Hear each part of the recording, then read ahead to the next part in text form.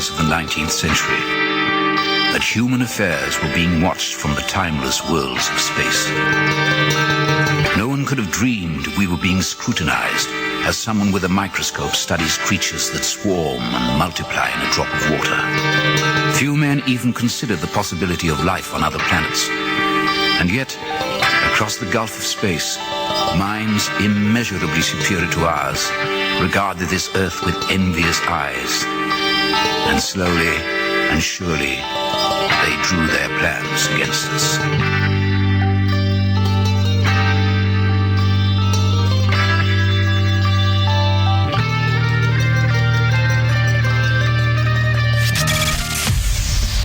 Broadcasting live from a tiny studio somewhere in North America. This is Dark Matters Radio Live.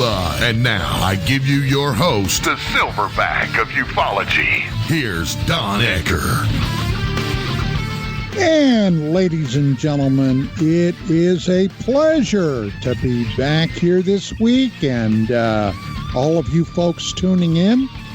We've got a great show tonight because one of my favorite guests is rejoining us this evening, Mr. Tracy Torme, whom I've had the distinct pleasure over the years of interviewing many times. Tracy and I go back over 30 years, back when my wife and I were still doing UFO Magazine. Tracy would be a frequent contributor. I also interviewed him a number of times on my original radio show, UFOs Tonight.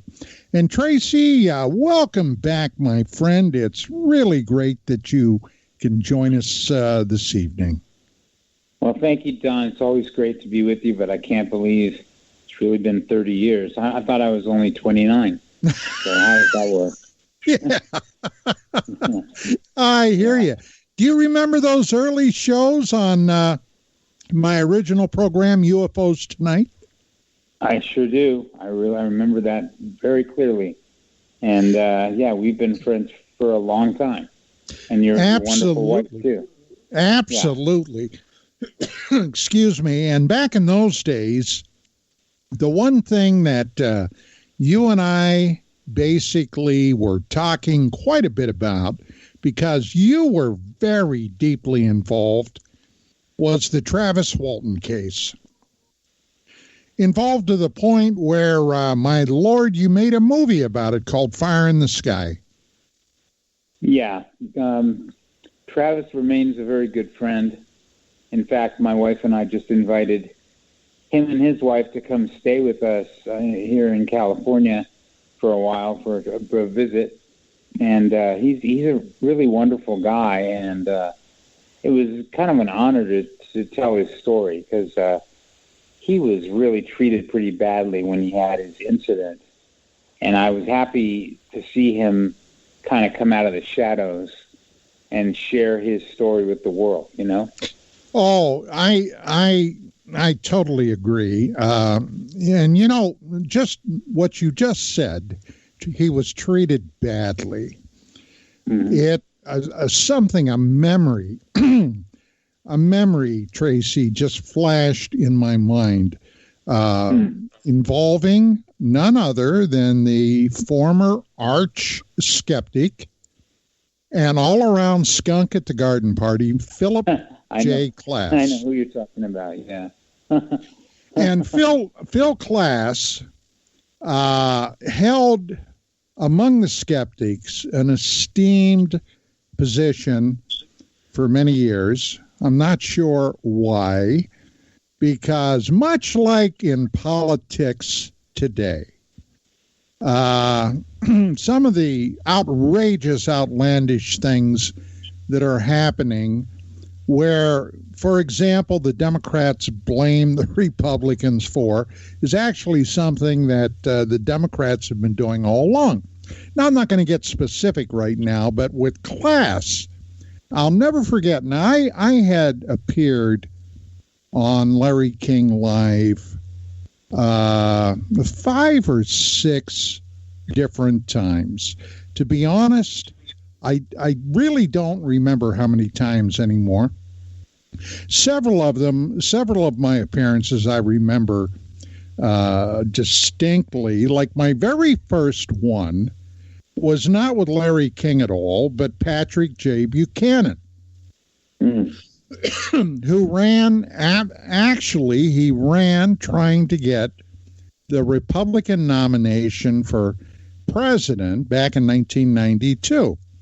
Now, Buchanan was my first appearance, but somewhere in that time frame, the Travis Walton case was exploding everywhere, and King ended up having Mike Rogers, who was then Travis's brother-in-law, and Travis on his show to talk about the case. Now, King, had an affinity for UFO stories. And I can't really say, because I don't know, how much of him was actually interested in the topic and how much he realized was a ratings gatherer, okay? Now, his show at that time went internationally. On CNN, it literally spanned the globe. And during the show, he would also take call-ins. And on this particular night, with Mike Rogers and Travis Walton, they brought on skeptic Phil Klass. And I'll never forget, I watched it. I mean, anytime the King had a UFO thing on, I almost had to watch it for UFO Magazine. I believe it was Mike Rogers accused Klass of being a government agent, a government spook, that was sent out to denigrate the UFO topic. Well, right. What a lot of people didn't know, because he usually kept it hidden pretty well, was Klass had a ferocious temper. And when Rogers accused him of being a government spook, on television, international television, Klass blew up and said, "Mike Rogers, you're a goddamn liar." Oh, my God, I couldn't believe that. And he basically did the same thing on my show in January of 1995 when he started screaming on the air on my radio program, "Bullshit, bullshit, bullshit." Wow. It was just one of those things. But, oh, yeah, that was a heck of a case. And I'm talking about Walton, of course. Now, with that case, he was one of the people, after the whole thing began to shake out, that I found, and the implications that I made out of it are, to me, still today, astounding, where he came out describing basically, I guess, what a lot of people would call tall white Nordics, but in other words, very human-looking individuals on that craft, along with the little grays. Now, Tracy, you were as deep into this case as anybody out there. What did you make out of that? Well, I guess that would remain one of the great UFO mysteries, is why are these beings, I guess, Don, they're called the Swedes, usually. That's the way they're referred to in UFO literature, because they're Nordic looking, like you said. They're blonde. They tend to be, I would say, about 7 feet tall, very muscular. And they had, according to Travis, they could pass for human on the streets of Earth, except for their eyes. He said their eyes were very strange, very cat-like. That's the way he described it to me. very cat-like eyes, and they seem to work in conjunction with the ones that are called the Greys. And they certainly did in Travis's case. They were intermingling, basically. So as to who they are and where they fit into all of this remains a pretty incredible mystery. But I think the good news is, Don, as you know, that the walls that are covering up the mystery are crumbling now. They really are, sincerely. And we're going to be getting some answers, certainly not all the answers, but some answers like we've never gotten before. And that's really in the works now. Very exciting. Yeah, it is. But I got to mention something that I have noticed. And if I noticed it, I know a lot of people involved in this field have had to have noticed it. But going back to when I became professionally involved in this research and investigations, the United States Air Force was always the military entity that was most closely associated with UFO research. Right. Those guys, the Air Force, were always the naysayers, would always, and I'm sure, it's the spokespeople that came out were not the people, they were not the guys in charge. They were simply, I'm sure, doing what they were ordered to do. But they would come out with some of the lamest explanations and outright crap, okay, of anything I've ever heard. And anybody with a half ounce of gray matter would recognize that. Now, why do I bring up the Air Force? Well, a little over 3 years ago, as you so rightly stated, the walls of deception and deceit began to break down. And that started, I have no doubt, with Harry Reid coming out, making, during a presser where he admitted that he and a couple of other senators appropriated over $20 million for a program called ATIP that was being taken by entities within the Pentagon to investigate aerial anomalies. Now, other than flying saucers, UFOs, or UAPs, I don't know what other aerial anomalies they would have been talking about. And yeah. Then we get the Navy. The U.S. Navy, Tracy, comes out with videos, and they're apparently the naval personnel that were involved back in 2004 and later on the Atlantic side of the country being intruded upon by these unidentified objects. They've released it to the public. And then, my God, I never would have believed my eyes. A guy that was an undersecretary of state for intelligence matters. In other words, he ran the intelligence within the Pentagon. Christopher Mellon comes out talking publicly about this.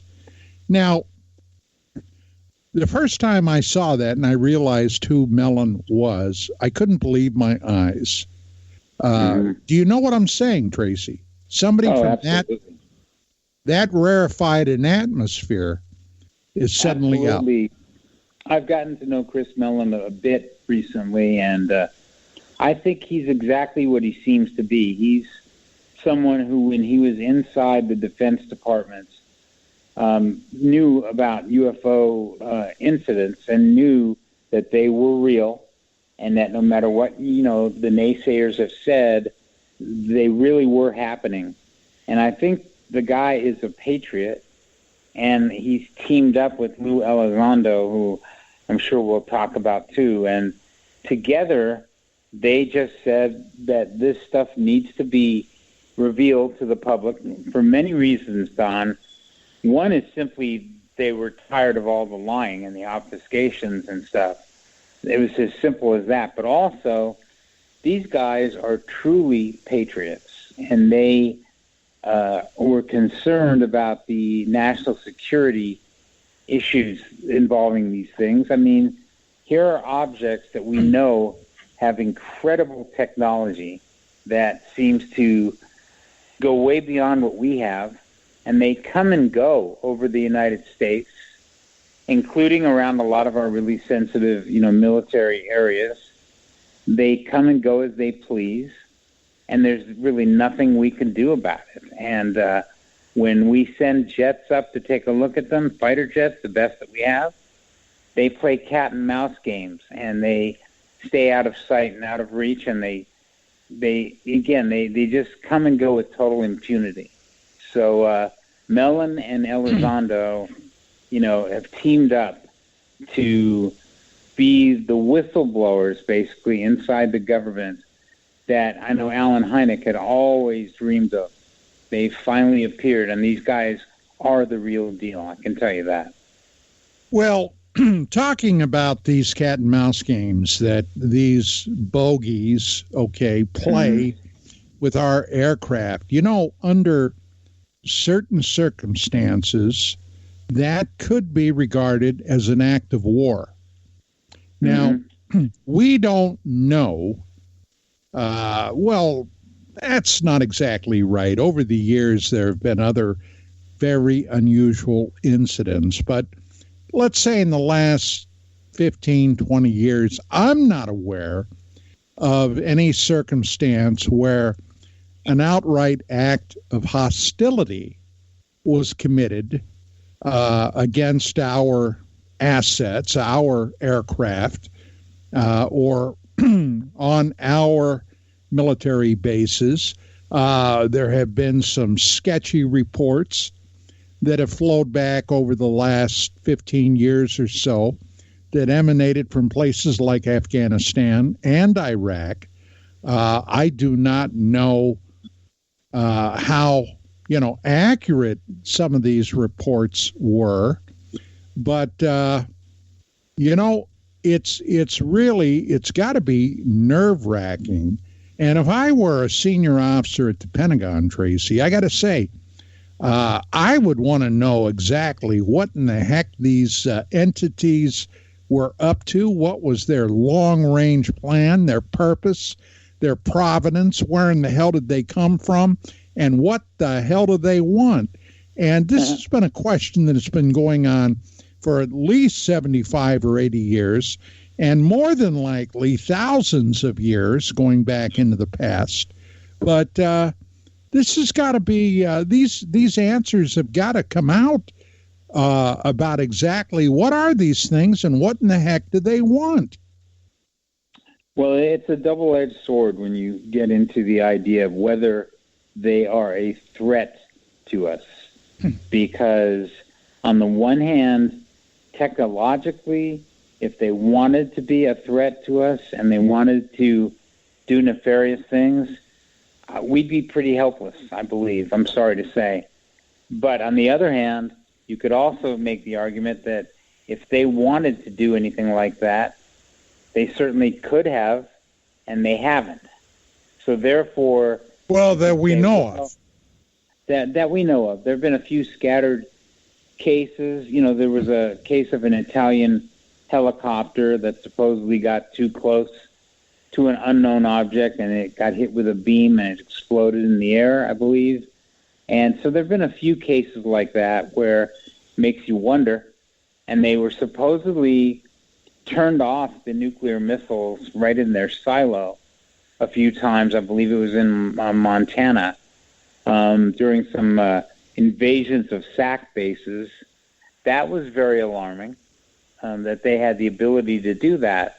But once again, you'd think that if they wanted to do something like an invasion or something like very warlike, they have the ability to do it. So the fact that they haven't done that, as far as we know, that's a bit reassuring, But still, Chris Mellon, I believe, and Lou Elizondo, their basic motivation is of national security, for the United States. They're concerned that we need to at least know who's flying around all above us so many times. It's really as simple as that. If they have ulterior motives to why they're coming forward, talking about Mellon and Elizondo, that they've certainly fooled me, because I believe they are exactly what they seem to be. Well, two things on what you just said. Number one, I watched the television series on the History Channel, Unidentified, every episode that aired, and Chris Mellon, Lou Elizondo, Tom DeLonge, and the others that were involved then with the To the Stars Academy.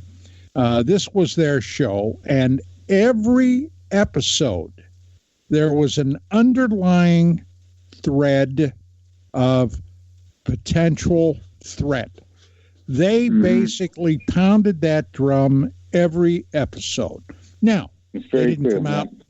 They didn't come out and say, "We know it's a threat," but they did say the potential threat. And there's no doubt about it. You're right. If they wanted to display hostility, I think the human race would be in a precarious position. But up to this point, they haven't. But on the other hand, what you mentioned about UFOs coming in to nuclear strike bases where they shut down our then Minuteman missiles and other things, that, Tracy, was an act of war. That was an act of war. I definitely noticed the same thing you did, that on that series there was an underlying tone of, the threat. I was puzzled by that as well, because they seemed to always be sort of alluding to that, and I was very curious as to where was that coming from. My honest opinion is it comes from the fact that Mellon and Elizondo have a background that's tied to the military, and that's the way they perceive things, rightly so. They're paid to be the defenders of this country, and when there's anything out there that they think might be a threat to the country, they take it very seriously, and they're very concerned. If they didn't feel that way, I don't think they would have delved into this as deeply as they have. On the other hand, Lou Elizondo has told me, because I asked him directly about this question of why were you guys always, implying that there was a major threat going on here. Lou basically looked me right in the eye and he said, well, as far as do these objects have the ability to be a tremendous threat to us? Definitely. But have they shown intent to be a threat to us? And that is much more murky. No one is really certain. And I think that in the long run, when it's all thought through, the fact that there have not been, many incidents ever recorded where they do something overtly threatening, unless you think of abductions in that way. But otherwise, they've pretty much left us alone. They seem to be observing us and leaving us alone. It's interesting, too, because I think it was Chris Mellon that I've heard has the theory, after studying so many of these reports, he thinks they're mapping us, which is interesting to me. He said he's seen the way they've gone into certain areas. He believes it's like a map-making process. And if he's right, then, of course, the next question is why? Why are they mapping us?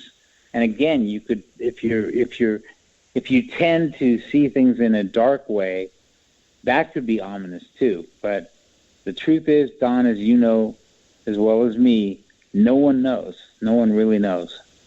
Well, you're absolutely correct. And this brings me now, and I've mentioned this in the past, that I have revised my thinking about the overall phenomenon quite a bit from my early days in the field. There was a time back when you and I first met, I was convinced, I could not have been more convinced that we were dealing with strictly a nuts, bolts issue. Okay? Mm-hmm. To my mind at that time, these things were interplanetary, interstellar, if you will, and I had very little patience for any of this other talk, but I have since changed my thinking dramatically. I now believe that along with some of these craft, who in fact may be interstellar, we are dealing with also an interdimensional phenomenon, i.e. Skinwalker Ranch and other places similar to that. And I've also left room, Tracy, a little bit of room, for one more possibility. Now, if you've done any historical digging at all, and I don't mean you personally, but I'm talking about people as a whole, we all know that roughly 12,000 years ago, give or take, there was a traumatizing, catastrophic event that happened on planet Earth. And as a I'm sorry? Were you talking about Tunguska? Tunguska, no, sorry. No. Okay. I'm talking about the Ice Age ending. And then for roughly 1,000 years, we went into another cooling period. And then, of course, the climate began to change once again. I'm talking about, at that point, there was about half of North America was covered under an ice sheet. And this ice sheet ranged in depth from 1 to 2 miles deep. And suddenly, it disappeared. And I'm looking at the clock here. I'm going to have to pick this up on the other side. We've got to take a break, Tracy. Ladies and gentlemen, this is Dark Matters Radio. Tonight, my very special guest, Mr. Tracy Torme, making a return appearance.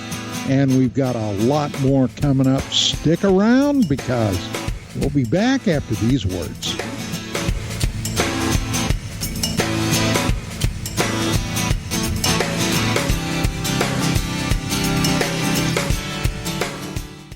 I'm getting older and noticing that my body just doesn't work as well as it used to. So I like to keep fit as possible by hitting the gym a few times a week. Recently, I started having a nagging bicep pain, and it got so bad I couldn't even lift the weights. When I was complaining about it to a friend, he told me about Angioprim. He said chelation helps remove toxins, heavy metals, and cholesterol in veins and arteries that may cause blockages. You know, after just 1 week of taking Angioprim, the pain was gone, and now I'm back in the gym full strength. Scientific research proves the active ingredient in Angioprim has superior oral chelation action that helps promote cardiovascular health. So to learn more, go to angioprim.com. That's ANGIOPRIM.com, or talk to a trained consultant. Call Angioprim toll free at 945-882-7221. You'll feel better with more energy. That's 945-882-7221. Or go to the website angioprim.com.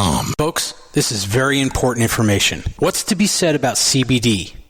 AncientLifeOil.com. Our CBD is made from hemp and has 0.003 THC, which means this wonderful product won't get you high, no matter what amount you take. What does CBD do for the body?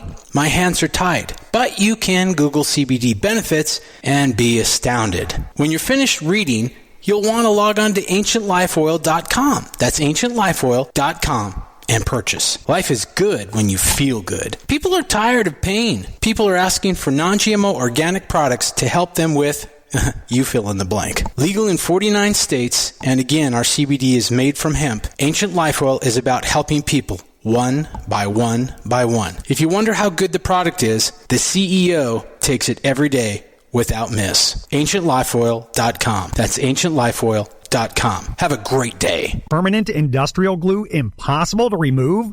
Not anymore. Because Handyman Formula by D-Bond is a patented chemical adhesive remover. It's used in the building and home maintenance industry, but now it's available for your home use, for your DIY projects. Unglue stickers, silicone rubber, labels, price tags, flex tape, weather stripping, carpet glue, wood glue, liquid nails, even 3M 5200. And it dissolves graffiti. Yeah, graffiti. Handyman Formula by D-Bond works, and it's safe to use on most surfaces. No need to call a professional. Don't get out the pliers and blowtorch. Just apply a little Handyman Formula by D-Bond and wait 90 seconds, then quickly and easily pull the items apart. Get unstuck. Visit dbondhandymanformula.com. That's dbondhandymanformula.com or call 561-575-4200. Handyman Formula by D-Bond. Mainstream media's most wanted. KGRAradio.com.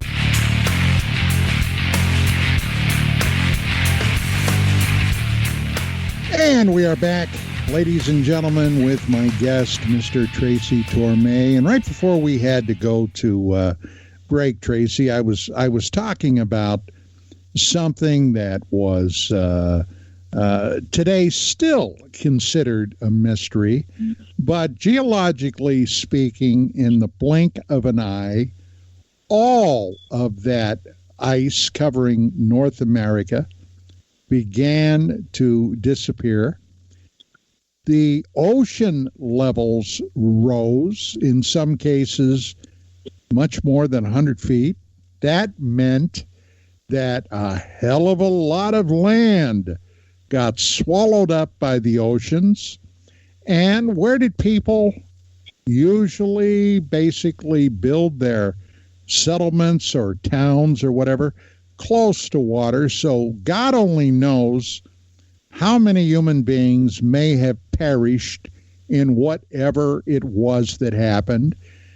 The entire animal population of North America, which up to that point had everything from saber-toothed cats, smilodons with the big vampire-like fangs coming out of their mouth, giant woolly mammoths, diurnal, which is a hell of a lot bigger than today's wolves, diurnal wolves, giant ground sloths, God knows all the giant bison, herds of millions and millions of them, gone in the blink of an eye. All of them.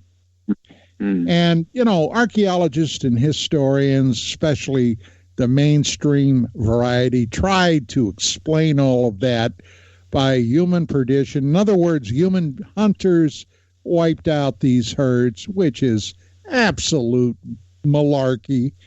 But something else did. And I'm not going to go into all the wheres and why-fors, but there's a tremendous amount of evidence that an astronomical event happened. A giant meteor or asteroid struck somewhere in close proximity to North America. It's believed actually today in Greenland, a giant 100-mile diameter crater has been discovered under the ice, and it's believed that that impact may have been what caused this dramatic climate change into the younger Dryas period. But there were humans then, which today we refer to them as the Clovis people. The Clovis people had a distinctive tool-making skill. And actually, if you see any of the examples of their works of spear points or other things, it is beautiful. They disappeared. So the bottom line is, what if, Tracy, and this was what I was getting to, there had been somewhere on planet Earth an advanced culture of human beings, and I wouldn't begin to suggest how advanced they might have been, but either were given the ability or had the ability. They saw what was happening, They evacuated the planet, and then later they may have come back. And this, in fact, perhaps in part, could explain some of these very human-looking, quote-unquote, aliens. This could be a way to explain them. What do you think? Interesting. I mean, it's fascinating to just speculate on that kind of stuff. And as far as what you were saying about these objects being interdimensional as opposed to interplanetary, I mean, I think that what really makes that a viable theory is a lot of the ways that UFO sightings seem to end. Because if you ever notice, especially if they show a little clip of a UFO in video or something, I'm always curious about what's the end of the experience. And a lot of times you don't really see what happens to the object, but in reality, what we're told by most of the, or not most of them, but many of the eyewitnesses, the objects just seem to vanish. They don't fly off. Sometimes, of course, they do, but many times they just seem to disappear, wink out like you're turning off a light. And, of course, if they're interdimensional, that would explain that, because they're going back to wherever it is they came from. So your theory about maybe it was an advanced Earth civilization that's returning, very, speculative. I mean, there's, it's certainly not been proven, but it's as good as any other theory. It's interesting, if you ask me. Well, let's quickly just take a look at what we do know. Now, Homo sapiens sapien, which is our species, okay? And, of course, we have many other ancestors going back much further, but Homo sapiens sapiens can be traced back at least 300,000 years. And there are a lot of people that believe, with reason, that it may go back even further than that. So let's just work with the 300,000 years. Okay, there have been our ancestors running around. Now, what might they have accomplished? Well, let's take a look at what we have accomplished. Let's go back to about the time of the American Revolutionary War. What kind of energy did we rely on? Well, for the most part, animal energy. Okay, horses, cattle, oxen. We didn't really have a technology.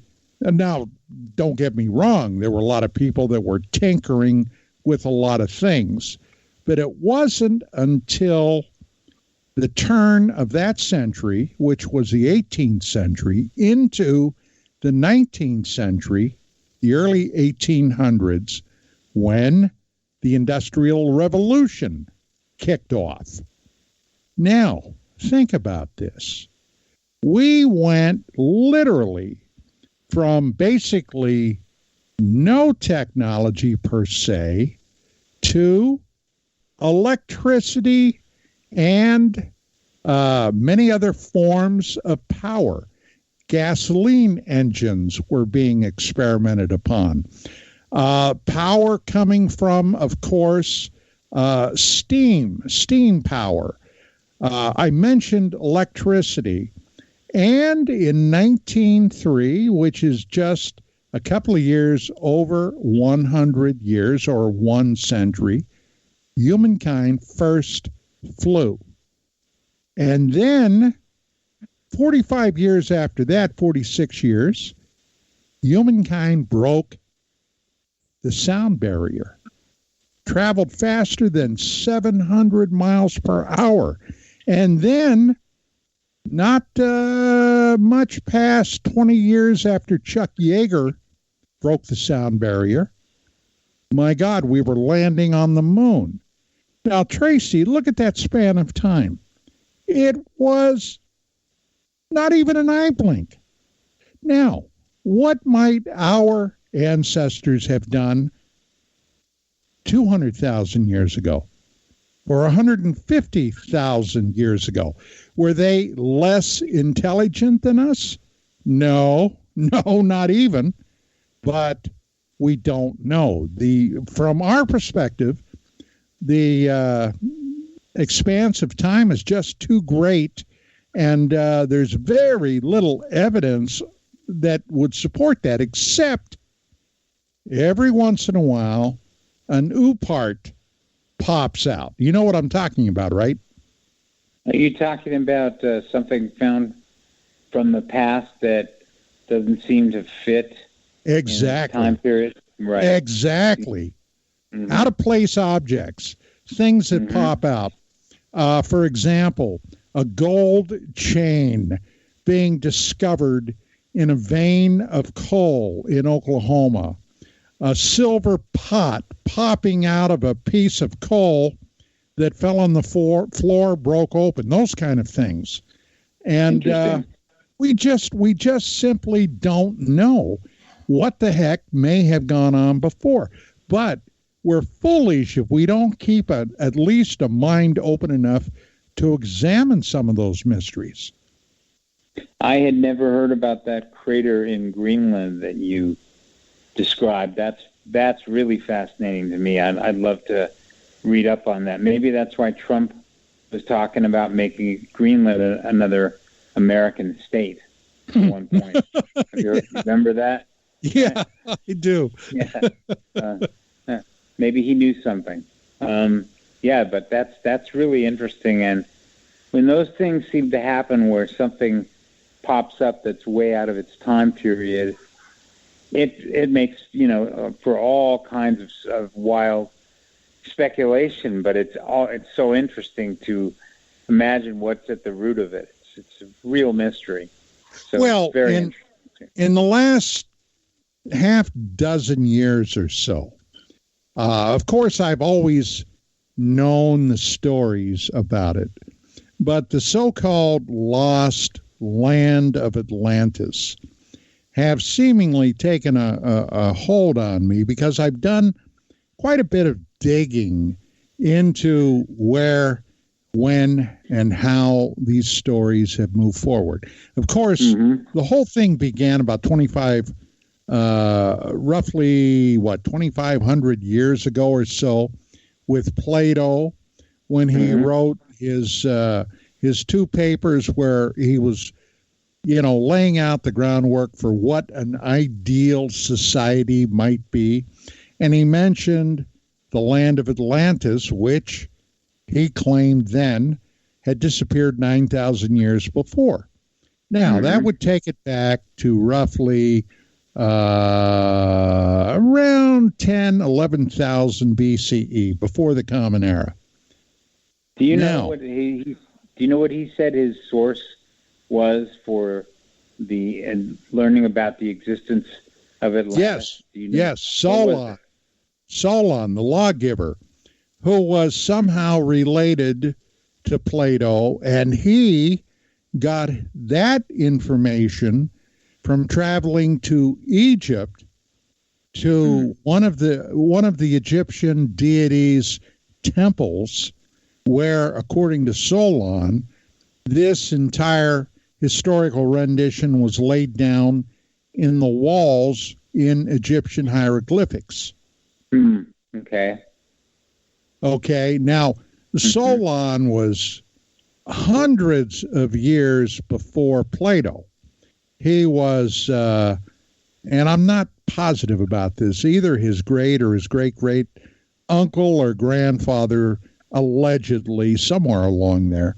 But that's where Plato laid the story. And also, for all the naysayers that said that Plato made this up, he was very upfront when he said this has the added benefit of being absolute truth. So, at least from his standpoint, he accepted the idea of Atlantis being a lost culture. Now, of course, there's a heck of a lot more that goes into that, but the bottom line is he believed it. And there was a guy who, incidentally, was a U.S. congressman in the 19th century by the name of Ignatius Donnelly. Okay.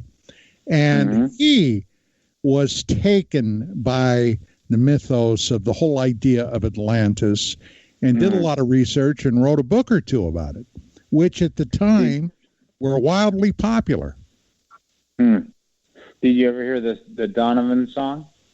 Oh, sure. I just listened to that the other day. Yeah, it's fascinating stuff. Didn't they find some ruins in the ocean near Bimini, which they later thought for some reason were the stone walls and stuff of Atlantis? Absolutely. Right. In 1968, 69, the so-called Bimini Road was discovered.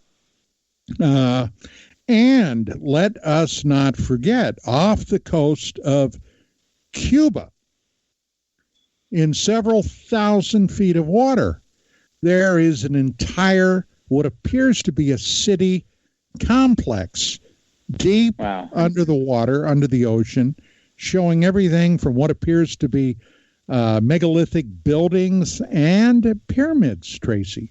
Wow, I never heard that. That's wild. Oh, wild yeah.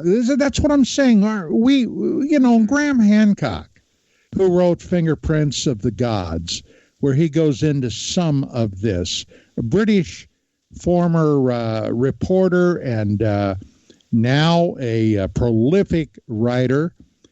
He's done some stellar research called Our Species. We have are a species with collective amnesia. Very interesting. But what I wanted to say when we were talking about roughly the time frame, according to Plato, when Atlantis disappeared beneath the seas, what else began? What else happened that we've just recently discovered in what is now Turkey? You got me. Tell me. Oh, my God, that temple complex deliberately buried underground that is now being surfaced, that is now being dug up, and it goes back to over 11,000 BCE. And one of the columns, the stone columns that have been uncovered, appears to show a comet or something screaming down from the sky. Now, about a year or so ago, I had a quote-unquote renegade archaeologist on the show, a woman that was very taken with these stories. She is a PhD, an academic, and we were discussing that area, and it seemed as if waves of human beings passed through there over a vast period of time. And I referred to them as sounding like refugees, which they very well might have been after that catastrophic event. And, it's just, I don't know, it grabbed my imagination, Tracy. Yeah, it's really endlessly fascinating. I'm sorry to say that I don't know nearly enough about, those Atlantean type of myths, or whether they were myths or reality. I really don't know much about that. I know you're very, very knowledgeable about it. It's really intriguing to hear these stories. I love mysteries in general. I just think that they are always fascinating, and I still think UFOs are the great mystery of our time. They were said, going back 70 years ago, as you know, Don, many supposedly wise people said that UFOs were going to be a very brief fad of the early 50s and late 40s, and then they were just going to disappear, and people were going to look back on this, small period of time and said, wow, how stupid were people back then to believe in these things. The truth is, it's 70 some odd years later, and they're still appearing all over the world. Well, here's a scary thought. Mm-hmm. Here's a scary thought. The UFO phenomenon may be the thread that ties everything that we've been talking about tonight together. Because they have been seen, or something has been seen in our skies going back to prehistory. Now, the first civilization that academia recognizes is the ancient land of Sumer, going back roughly 6,500 years ago. Now, seemingly out of nowhere, those cities on the Mesopotamian plain sprang up almost overnight. But when they did spring up, with no providence that we know of behind them, they came in with fully developed mathematics, astronomy, the arts of government, the arts of medicine, and other things, and they just, poof, were there. Now, people today, if they take the time to look into that, have got to scratch their heads and say, wait a minute, there's got to be a heck of a lot more to this story.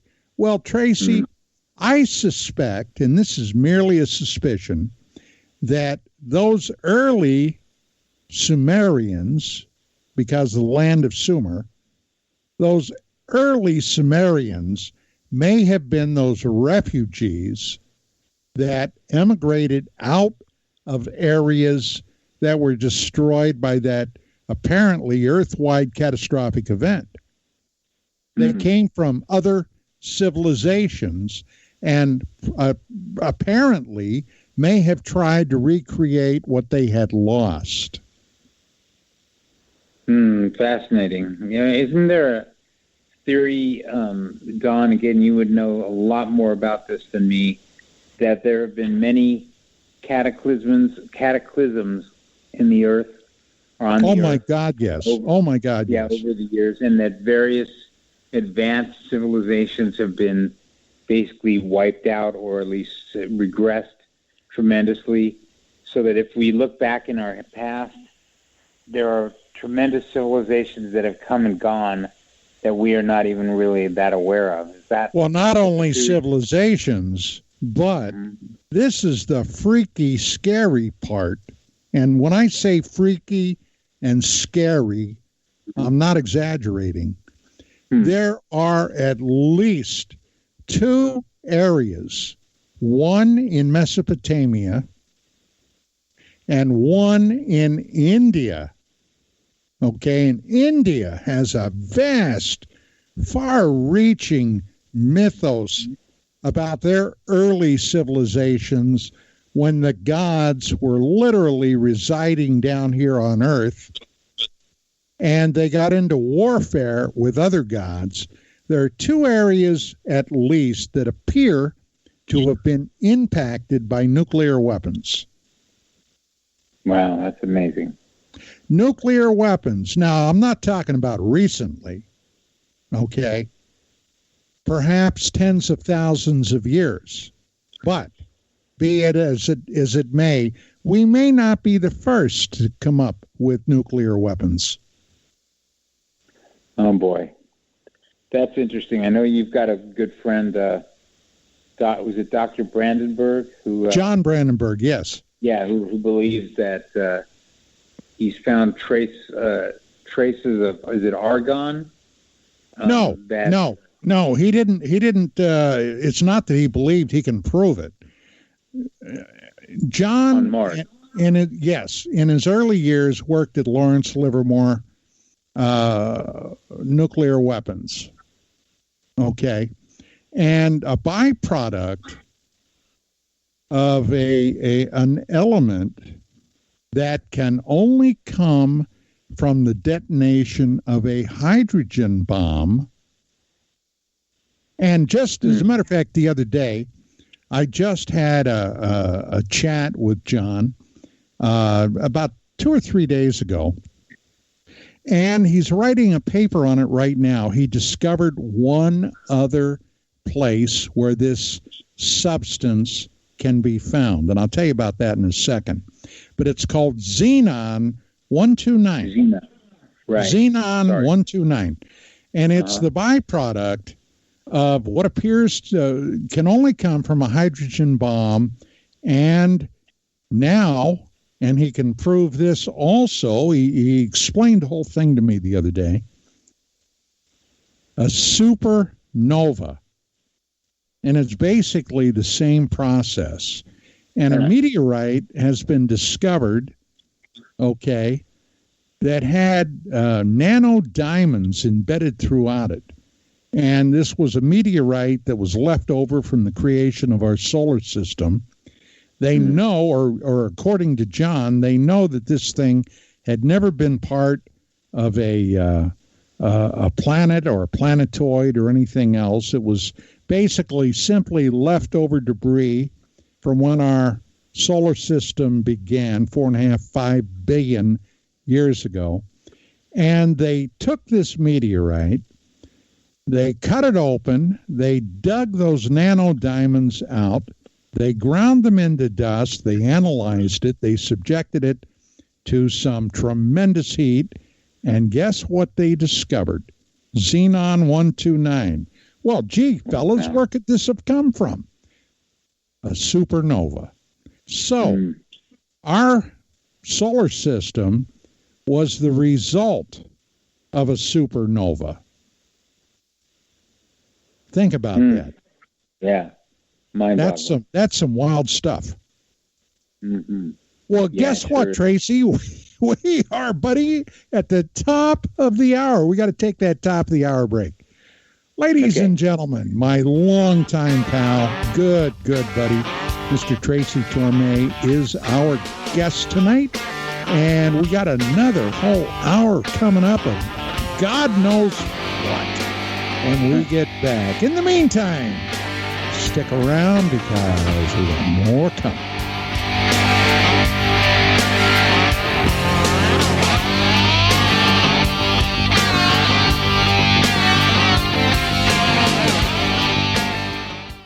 Hi, folks. It's troubling times, and fear is pushing emotions, which in turn pushes health the wrong direction. Do you ever get an ache because life is uneasy? Try Life Change Tea at getthetea.com. Life Change Tea works on your digestive tract, helping to move food through quicker and comfortably so your health is spot on. Life Change Tea may not help with world issues, but it will help with your digestive issues. A glass a day helps keep the intruders away. So, change your life today. Log on to getthetea.com. That's getthetea.com. If your health game is off, get on by ordering Life Change Tea. Getthetea.com. And while you're on our site, look around at the great non-GMO organic supplements. And if you're a sales shopper, go to our specials page and see what's for you. I've been drinking the tea for 12 years, and I'm sure glad for its health benefits. Again, that's getthetea.com. Getthetea.com. The tea that makes you go. Please listen. Now is not the time to fear. When your immune system is strong, shields up. You have very little worries. If your immune system is compromised, you're susceptible to all viruses. I say shields up and no fear. Try Heart Love from getthetea.com. Heart Love has a special ingredient called allicin. It comes from the healing part of the garlic plant. No garlic breath. No garlic leaking out your pores, just pure immune-building ingredients that gets your shields up. Heart Love is a unique blend of herbs that loves to build you up. Google garlic and know the benefits. One Heart Love pill is equal to 20 cloves of garlic. 20 cloves! Shields up. You've heard of our Life Change Cleansing Tea at getthetea.com. Now try Heart Love. And by the way, take your blood pressure and watch weekly what happens. So here's how to purchase. Log on to getthetea.com. That's getthetea.com and build your shields. That's getthetea.com. Mention Ray in the coupon code and hit apply and receive free shipping. Welcome to the new KGRA digital broadcasting website, thekgradb.com. Here you'll find great new content including the KGRA Classics, great shows from our archives. You'll be able to see the show times and information so you can see what show is currently on air. The on-air live button. So just go to this section and you'll be able to hear the show live with exceptional sound quality. We also have the Vault section. Make sure to subscribe to get access to great content and special features. We have the make content for our latest news and events, so make sure to sign up and you can be part of our forum. So make sure to check out the new KGRA digital broadcasting website, the KGRADB.com.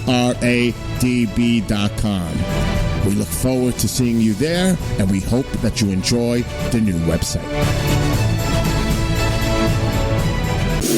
Now you have the inside contact for alternative talk radio. The Planet. KGRARadio.com.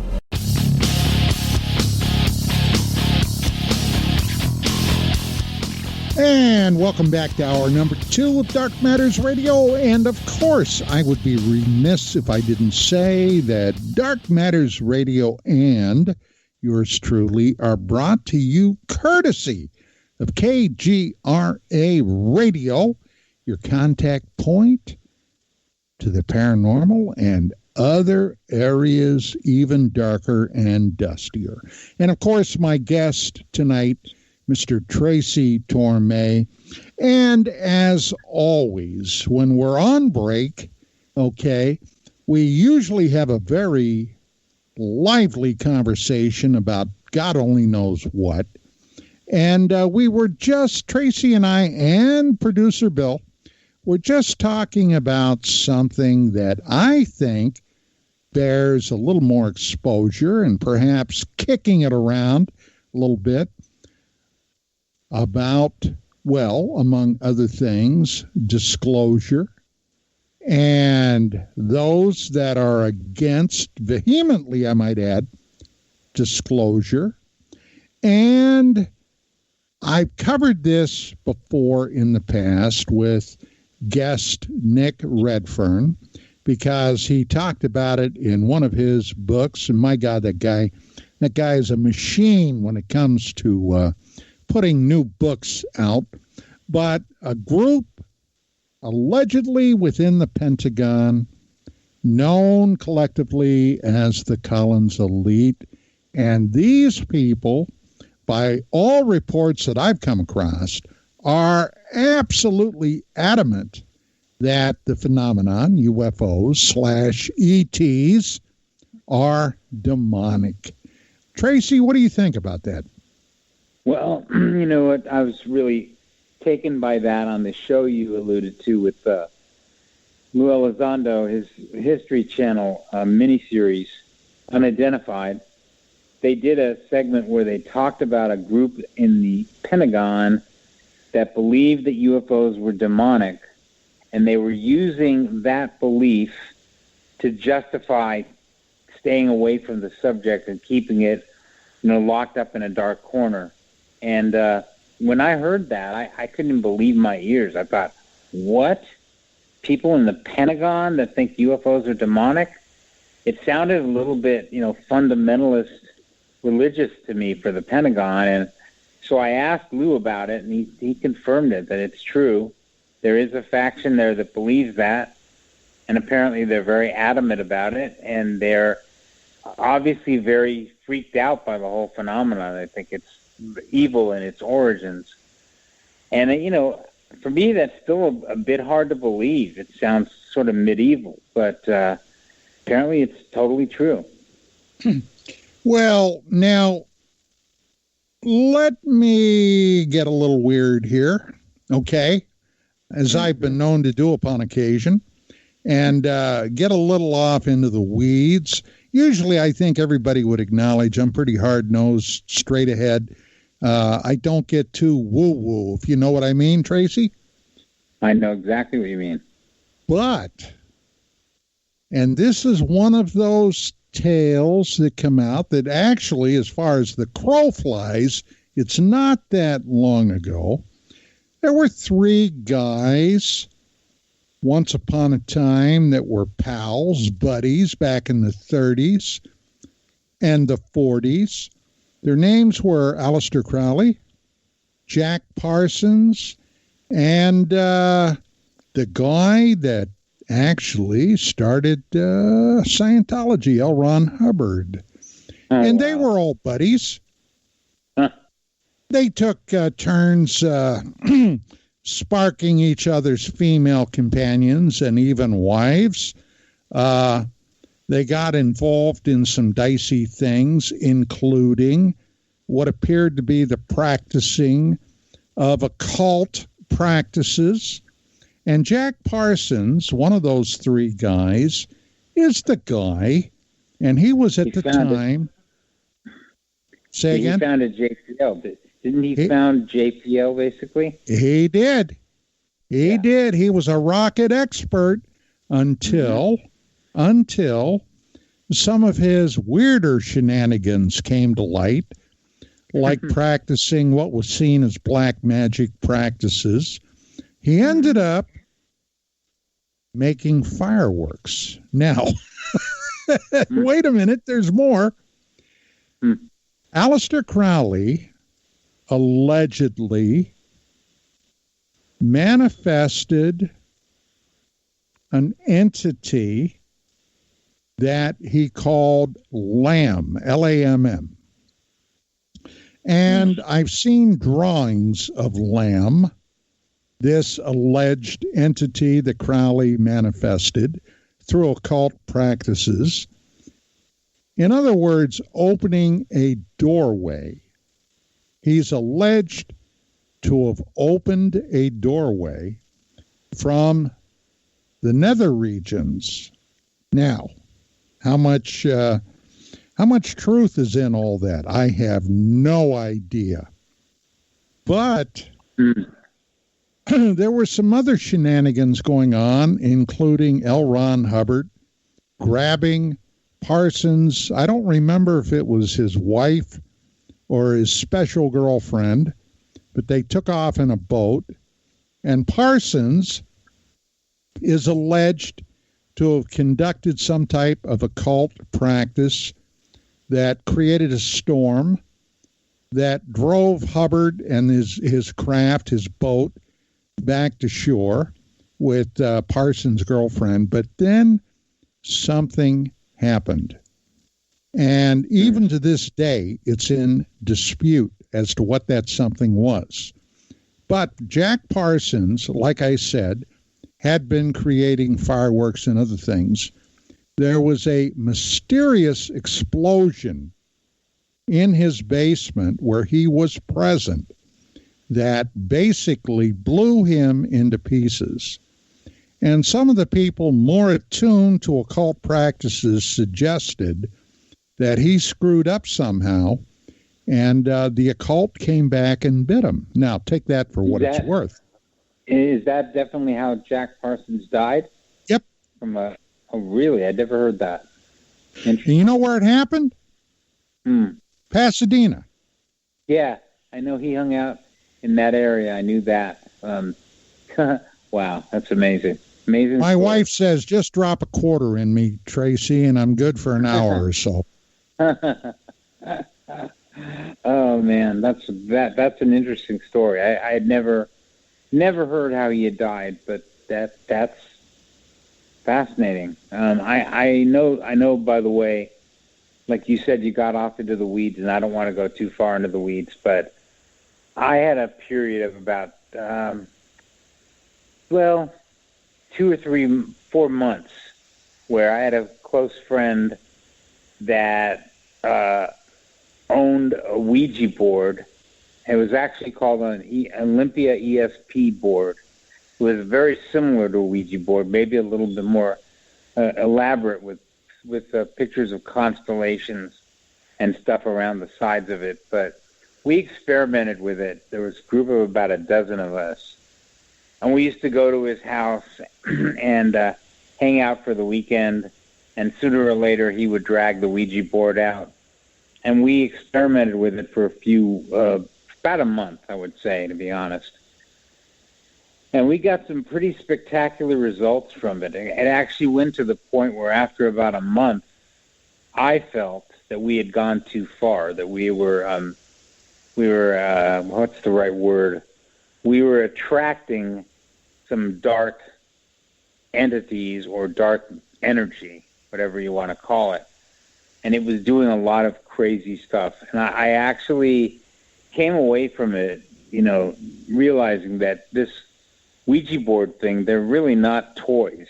When you fiddle around with them and think it's all for fun, if you're not really careful about what you're doing, you can open up some doors, I believe, to some things you really don't want to. And if someday, maybe we can talk more about it in length, but it was a complicated story. But I really did see a lot of things happen that were very hard to explain logically. And so I believe those things really do have a certain power to them if they're used as, misused in a certain way. And I certainly came away feeling these are not toys, that you don't mess around with them unless you are aware that you might have consequences. That's what I honestly believe.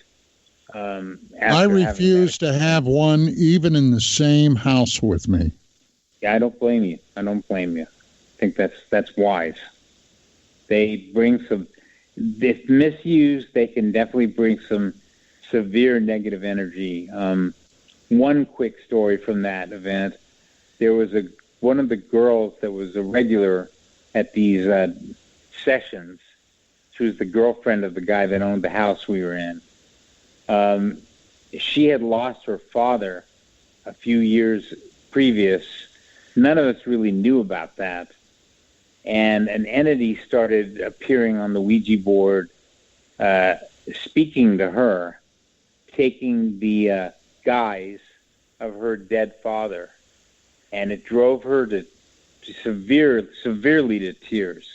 I mean, she was totally broken up for quite a while after, because as crazy as it sounds, his nickname for her was Little Girl, L-I-L, girl, Little Girl. And it started calling her that pretty regularly, and it really freaked her out because she was not on the board at the time. She did not have her hand on the planchette. Other people were on the board that supposedly had no knowledge of her father. And he appeared and started talking to her, and she just caved. I saw her. She was in a torrent of tears very quickly, and that shows you kind of the power of these things. Well, you don't know what you're dealing with. That's the danger. You don't know. That's true. Whether it's her deceased father or it's some type of spiritual entity that is, and they're deceptive, and what they want. And, I don't talk about this much, but there was a period in my life where I examined the occult in great detail. Mm-hmm. Initially, I was fascinated by it, but quickly I came to be very careful with it. Mm-hmm. And I did a lot of research, and I connected with some people that were at the time considered professional experts in the field. I corresponded a bit, and I very soon came to the conclusion that this was something that I truly wanted nothing to do with. Nothing. That's very wise, I think, of you, Don. It's it's just not something to be toyed with. That's my opinion. No matter what anyone believes about whether they believe in the reality of things like that, whether they believe in good and evil. But if anyone believes in the philosophy of good and evil in the world, you don't want to poke the hornet's nest. That's my opinion. You know what I mean? Absolutely. I know what you mean. Yeah. And to an extent, talking about Aleister Crowley and Jack Parsons and L. Ron Hubbard, and the stuff that they were involved in, back in the day, back in the 30s and 40s, I can kind of understand if, in fact, there is a group within the Pentagon that regard the entire phenomenon as potentially demonic and dark. And I don't for a second necessarily fault them for that. Right. I just think it's a bit bizarre when you think of the source of people in the Pentagon actually believing in a sort of occult things like that. I think that's strange myself. Well, remember, Tracy, they're just people too. I guess that's true, Don. I guess that's true. Yeah. You know, I've been down some in my lifetime. I've been down some pretty dark roads when I was in the military, and later when I was a police officer. And you know, one thing that I learned a long time ago, man, you've got to have 360 degrees situational awareness. You really got to try to figure out what the heck is going on around you, because if you're blind to it, it can slip up on you from the rear and really put you in a trick bag. Yeah. I get what you're saying. Well, you know, my and she's gone now. She passed on a number of years ago. But my manager, she was my personal manager, Lynn Russo, handled my professional appearances that I used to do quite a bit of back in the 90s and very early 2000s. And I was kind of shocked when I discovered that at once upon a time in the 60s, and it was shocking how powerful this woman had been in her field as a professional and business manager. I originally met her through Dwight Schultz of the A-Team and Star Trek: The Next Generation. And Lynn and I clicked. We hit it off, and she was a card. As a matter of fact, she ended up staying with Vicky and I for a couple of years. She was at the time having some health issues. And anyway, she pulled out this pack of tarot cards, Tracy. Right. And they were very old tarot cards from sometime back in the 19th century. And I was kind of amazed. She used to read those professionally back in the 60s. And she was considered one of the leading, what the hell would you call them? Soothsayers or... medium, like a medium? Yeah, very similar. Yeah. And one day, we were sitting around talking about something. She had been the manager of Carol O'Connor and Rob Reiner when they were doing All in the Family, which was a mega TV show back in the early 70s. And she handed me this old coin. And she said, Don, she said, I want you to do something for me. She said, I just want you to sit there, take a couple of deep breaths, get your mind cleared, and I want you to hold this coin and just concentrate on the coin and then give me your impressions. And I thought that was kind of weird. I didn't know what the hell she was up to. But I said, okay. So I did. And I forget now exactly what I told her, but she was gauging my psychic ability. And I didn't hit everything. I came out with a couple. I remember coming out with a couple of things, and she kind of nodded her head. And there's a name for that where somebody can hold something and then read the impressions you get. I don't even know what the term is now. But anyway, I did that, huh? No, I said yes. Yeah, so I did that, and it was a very strange experience, which then kind of puts me in mind of Ingo Swann, the guy that designed the protocols for the remote viewing program. And I've told this story too, but we met for dinner over in Burbank a number of years back before his passing. Vicki and I, my wife and I, met him, and the guy that brought us all together. Now, I had met him back in New Jersey when I was giving a talk on my lunar research in Bordentown with Pat Marcatilio. And he had invited us back, and he wanted me to address. He had these little like symposiums come in, and Swann came down from New York City, had taken the train down because of his, well, what do we say? His involvement with remote viewing lunar activity.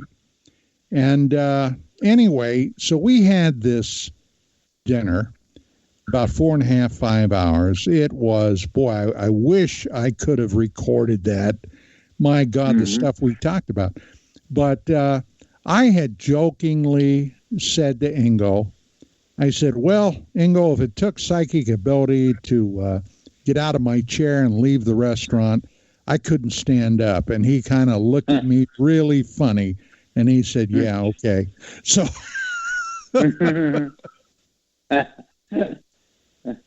Well, you know, talking about these kind of occultish things, my dad owned a really nice, really old-fashioned, beautiful old jukebox, you know? I mean, one of the really cool ones. It played 45s from the day, basically, and it's beautiful. It's like a piece of art. And I used to love it. We had it in was our pool table room at my dad's house, and we used to shoot pool and play old songs on the jukebox. It was a lot of fun. And when my dad died, it was one of the only things that I decided to take when we were sort of dividing up his stuff and taking it to our individual homes, my brothers and sisters and I took the jukebox. And since that time, when people have come over to our house that have any kind of psychic ability, they have always gravitated toward that jukebox. And we've had more than one of them tell us that they feel a presence of my dad connected with the jukebox. And I would just say normally, well, just a weird story, but it's happened enough times that we've taken notice of it. My wife is very psychic too, always has been, and she immediately gravitated toward that and said she feels that my dad is in some way connected to it from, you know, the other side, basically. Pretty interesting. So there you go. Who knows what? Did he ever manifest himself in any way that caught your attention? Not other than the fact that when we played a lot of these old records, he knew what they were, or they knew who the songwriters were or who the singers were, and he used to talk about that a lot. So he was, but none of the people that said this that came to our house had any way of knowing that at all. They just immediately would gravitate toward it, and it was strange. I don't know what to make of it, but maybe it's real. I mean, who knows? It's happened enough times that we've taken note of it. Well, you know, out here in Hollywood, in the Hollywood area, there are a lot of people that have gravitated to occult practices. Mm-hmm. What do you attribute that to? Have you ever thought about what may have been the draw of that, Tracy? That's a good one, Don. I'm not sure. I mean, I just would think that, without insulting anybody, Hollywood tends to attract all kinds of strange types, you know? I mean, whether it's people that want to be in the movies or people that just are trying to find a piece of something amazing connected with the silver screen, that it certainly brings out all kinds of people. I mean, if I was to sit down and make, notes on all the very weird people that I've met over the years in Hollywood, I mean, I couldn't get a thick enough notebook. You know what I mean? Yeah. Yeah. As a matter of fact, I do know what you mean. That's the best answer I can give. I don't know. Well, we're about roughly a minute and a half to the break, which incidentally is our last break of the evening. When we come back, and maybe even before, depends upon, let me see. Let me check my internal clock here. Yeah. So we got roughly 2 minutes. How do you feel this COVID-19 thing is going to end up? Now, I keep getting reports that seem at odds with each other. Now, on the one hand, Biden, Joe Biden, our new El Presidente, has suggested this is going to be a long, dark, cold winter. On the other hand, we've got people that are starting to want to open up restaurants and schools and what have you. And incidentally, Tracy, I don't know if you've really thought about it, but we're well on the way to destroying, as boom, bang, destroyed a whole generation of school kids because the schools have been shut. Not to mention the economy, which is in no good shakes right now. What are your feelings about this COVID-19? Well, I think the strangest thing about the virus for me is the way it's been so politicized. And it's been politicized down to the level where when you see people that are, absolutely adamant about wearing 1, 2, or 3 masks over their face everywhere they go at all times of the day, you can pretty much tell their politics by just seeing how they are about mask wearing. Think about how strange that is. I mean, that's, in my mind, what it's kind of come down to is that there are some people who sort of, I'm sorry to say, certain political movements that have used the virus as a way to control people, to dominate people. Okay, hold that thought. I'm going to pick up right there when we come back. I got to take that break. Ladies and gentlemen, this is Dark Matters Radio tonight with Mr. Tracy Torme, and we've got more coming up. Stick around.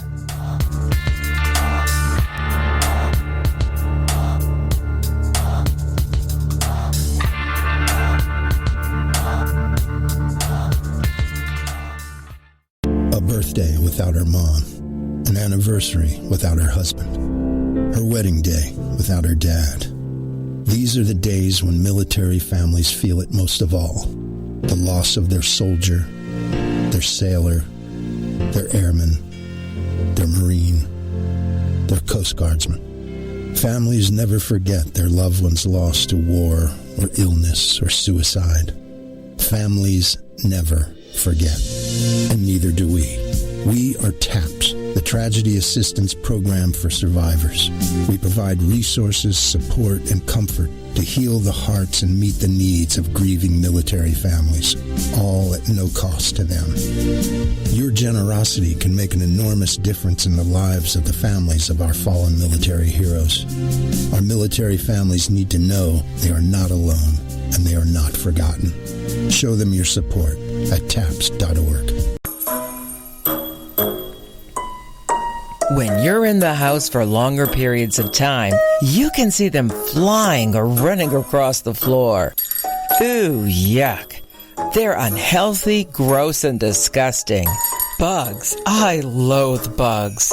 We keep a clean home, but occasionally bugs show up. Well, I found something that is tougher than bugs. Orange Guard.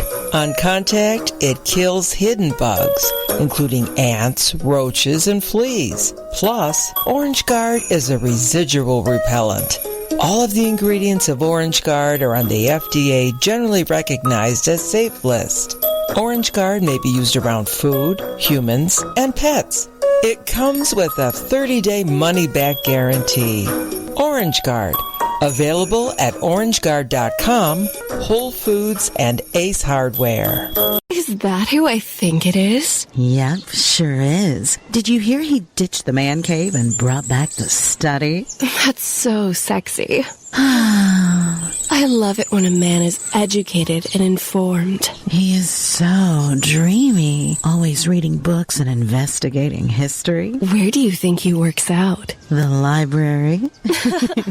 He is so controversial, always talking about 9/11 being an inside job, the police state, constitutional rights, ancient history, government cover-ups, and how he thinks sports don't matter in real life. Oh, I love a freethinker who searches for truth. I love it when he feeds my brain. What's his name? Kristan T. Harris. Tune in to The Rundown Live with Kristan T. Harris, Monday through Friday, 12 to 3 p.m. Eastern on KGRADB.com.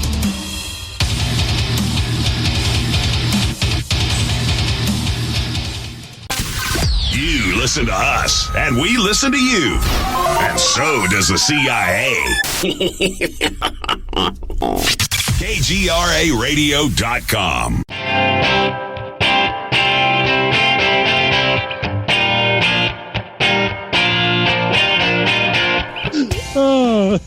Okay, we are back. We're going to close this puppy up tonight. And right before we had to go to break, I was asking Mr. Tormé for his thoughts on this COVID-19 business, which has affected us all.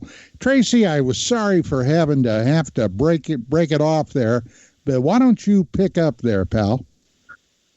Yeah, I just think that the virus has been very, very politicized, and it sort of divides people up into that. It really goes right down the dividing line of my own family. You know, one of my sisters is absolutely adamant to always wear masks, always keep your distance, all of that kind of stuff.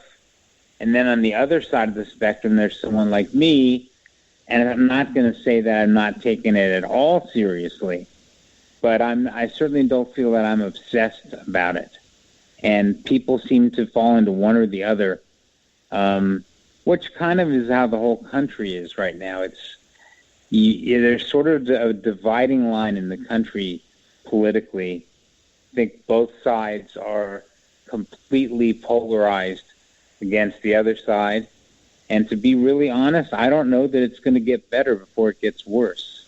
So I think the virus is just kind of a symbolic piece of the whole puzzle, to be honest with you.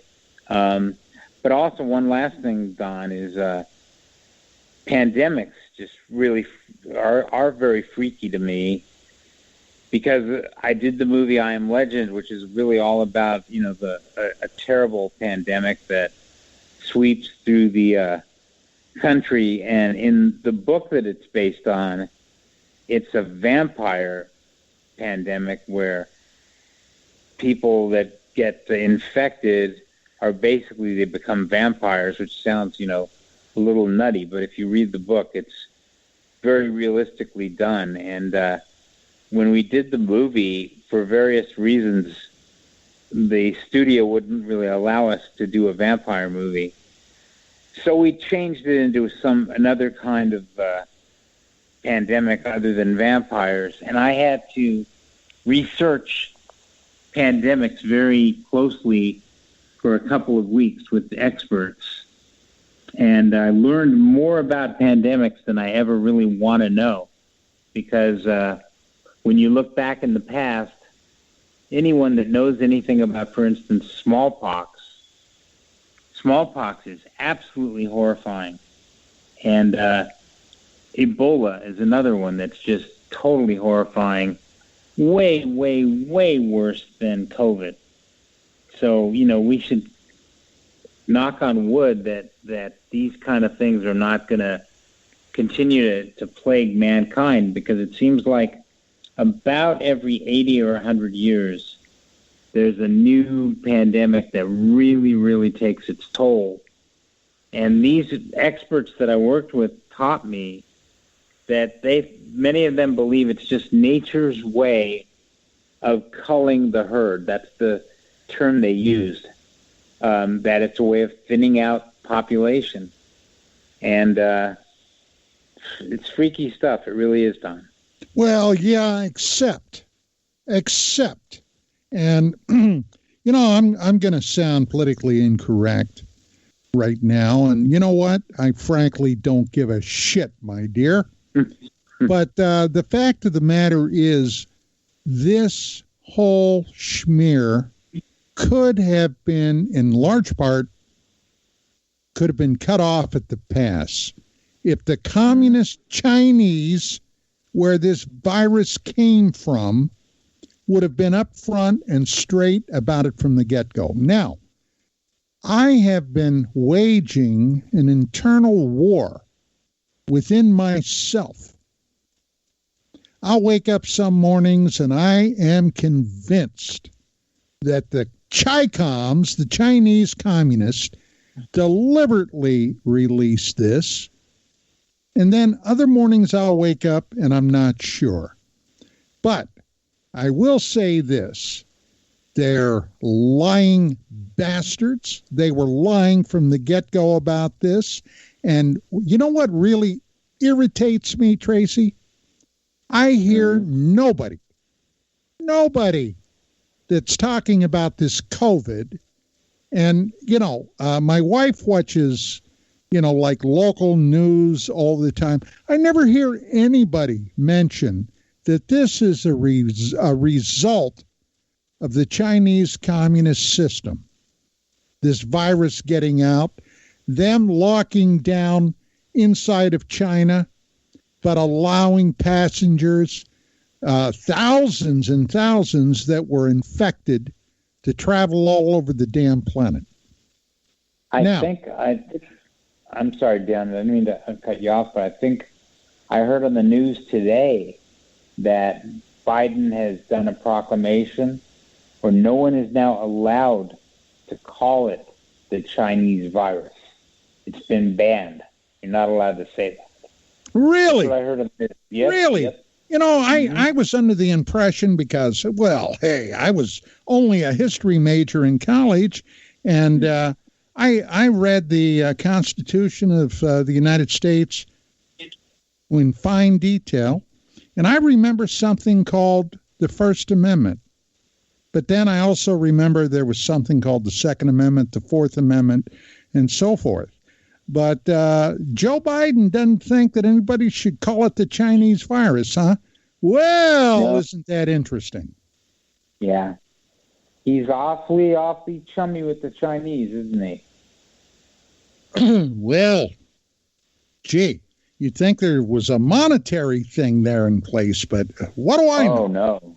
Heaven forbid. Yeah, I mean, you know what, man? One of these days, if you were a history major in college, one of these days historians will look back at our period now, the last, few years, and I think, I'm sorry to say, the next few years that we're heading toward, and they will just shake their heads. I think that there's a lot of things going on right now that are really, really tragic, and we had this incredible document, the Constitution, which is just a beacon for the whole world. And yet it's being piece by piece degraded by people, that are trying to start with, when you start with the idea that the founding fathers were really all racist. That's really what they were. They were racist. That's the main thing that they were. When you start with that as the foundation of the country, you're just tearing it down pillar by pillar. And it's happening all around us, starting with free speech. It's one of the main ones that's going. So, well, that started on the campuses. Now, oh yeah, absolutely. If my buddy Richard Saraday were still here, I don't know if Rich would argue with me about this or not, but I personally, my own humble opinion, and I encountered it when I was in college back in the late 60s before I left for the Army, and when I came back from the Army and went back to school. The academic institutions across this country have slowly but surely been taken over by Marxist, socialist-leaning individuals. This is how I see it, okay? Marxist, and I can recall a number of years ago, especially at places like Berkeley and later in Madison, Wisconsin, and some other fine academic institutions like Harvard, where speakers would be invited in that had a center or right of center political position, and bands and gangs of thugs and students would literally run them off the campus as if their words themselves could hurt them. And I don't know about you, but I was appalled at that.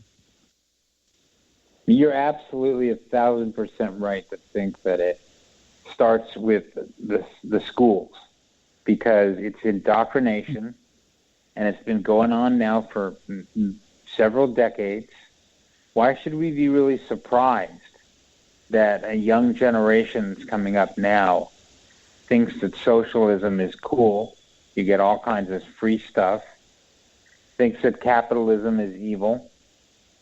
And then the term racist has become weaponized. Well, it's lost all meaning for me. The term racist has lost any meaning whatsoever. And it's a real shame, because racism is a horrible, horrible thing, and it needs to be fought. But when you call everyone a racist about everything, it totally loses its meaning. You're absolutely right. And so these younger generations have been totally indoctrinated over and over again, and they've come up now reaching maturity with certain beliefs that are tragic, in my opinion. And it's just... well, I came up in the 60s, Tracy. That's when I grew up.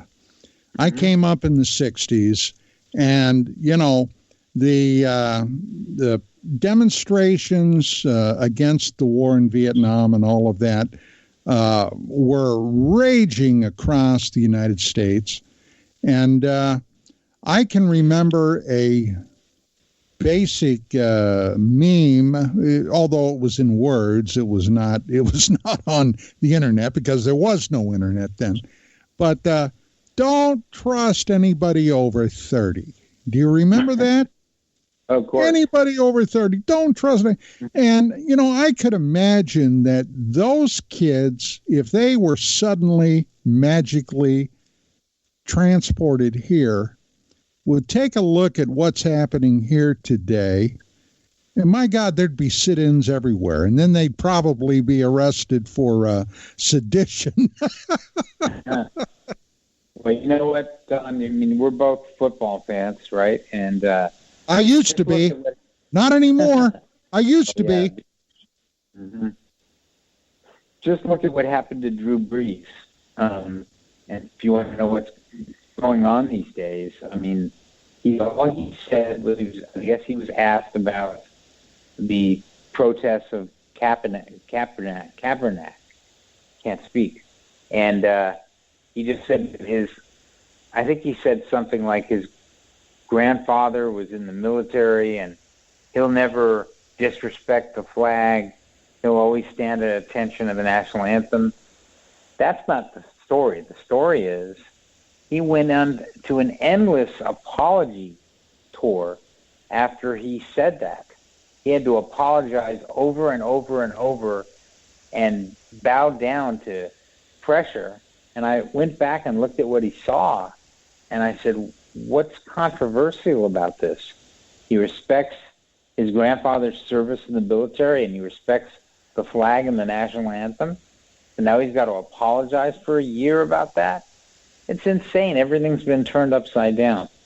And that's the time we're living in. It's sad.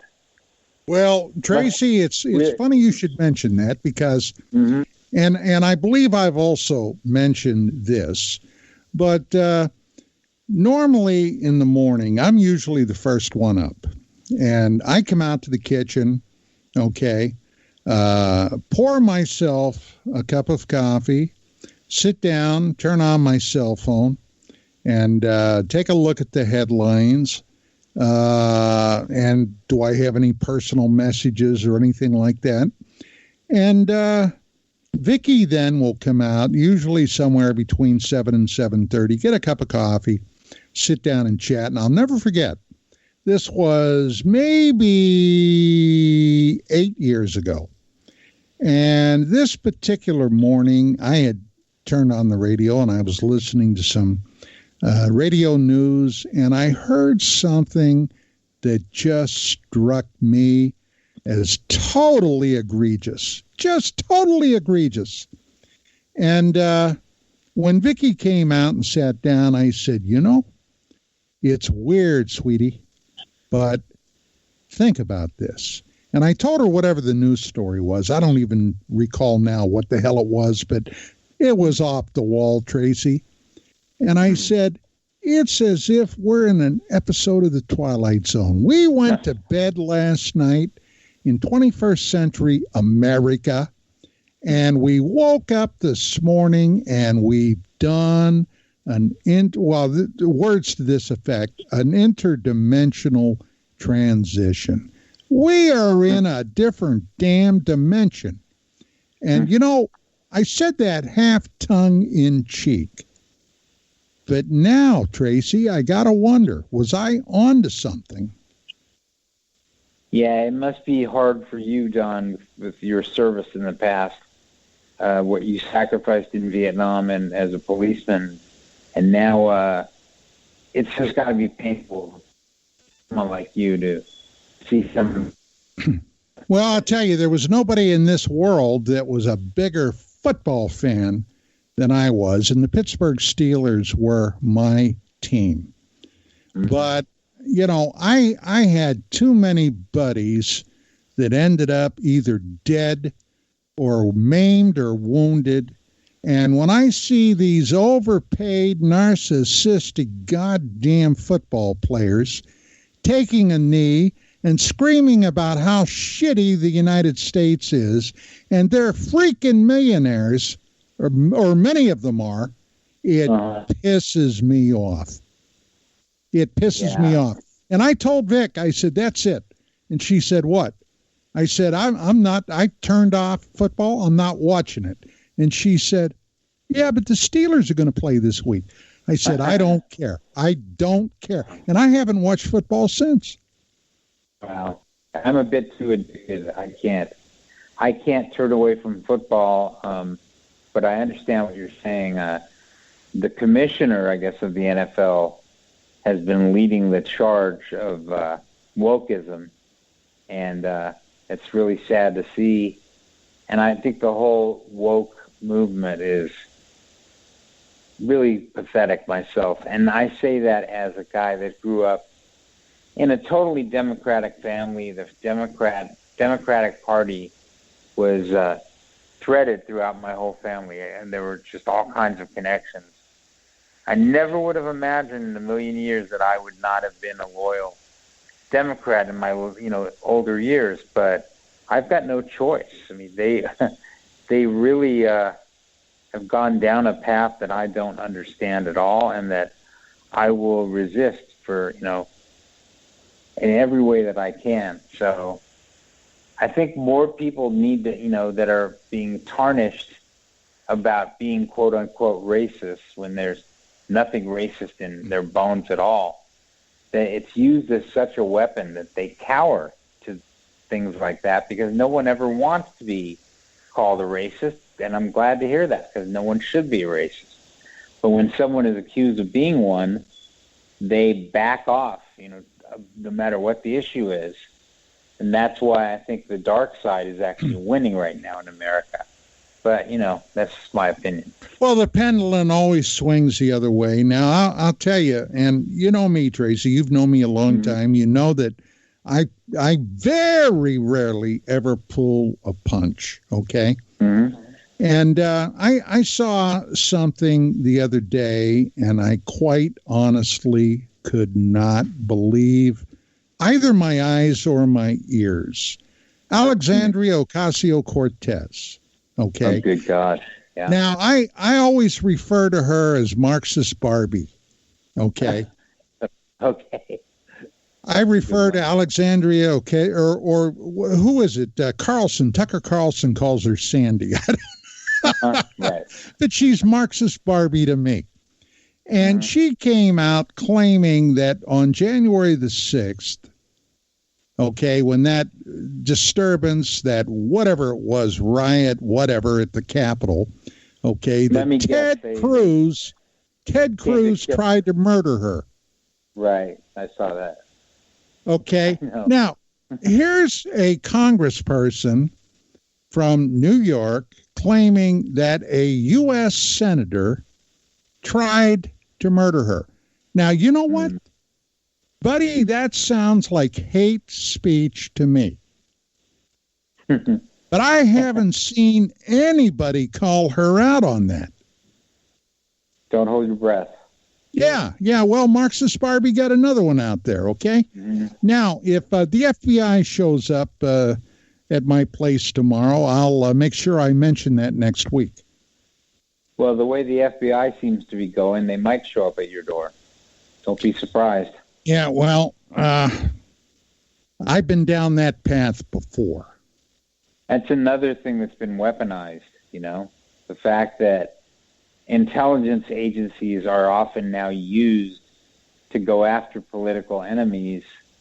These are horrible, horrible trends. And no matter what anyone's ideology is, just as Americans, just as people that love civil liberties, the way that our country has always been famous for, everyone should just be totally alarmed by some of those things. The FBI, some of their activities, Look, it's just all you got to do is look to 2016, okay, when the FBI were weaponized and tried to set then candidate Trump up, tried to infiltrate his, his campaign staff, tried to and did